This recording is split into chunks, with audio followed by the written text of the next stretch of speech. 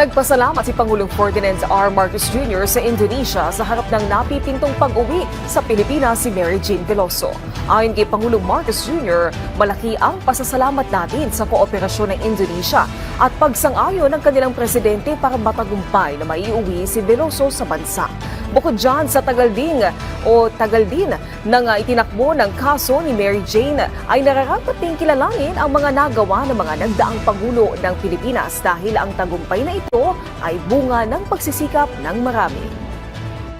Mabuti na lang that our relations with Indonesia, our relations with then President Widodo and all of these people, together with our relations now with the new President, President Prabowo, dahil maganda naman ng ating relasyon, nakahanap sila, gumawa sila ng paraan. This is the first time they did this.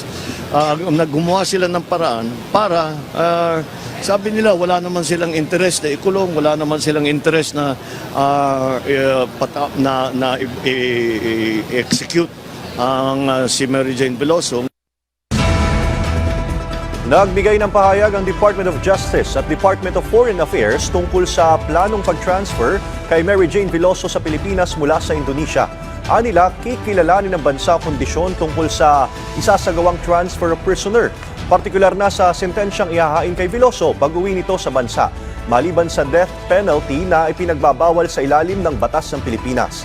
Kasalukuyan namang pinag-uusapan ng Indonesia at Philippine government ang kondisyon tungkol sa nasabing pag-transfer kay Veloso.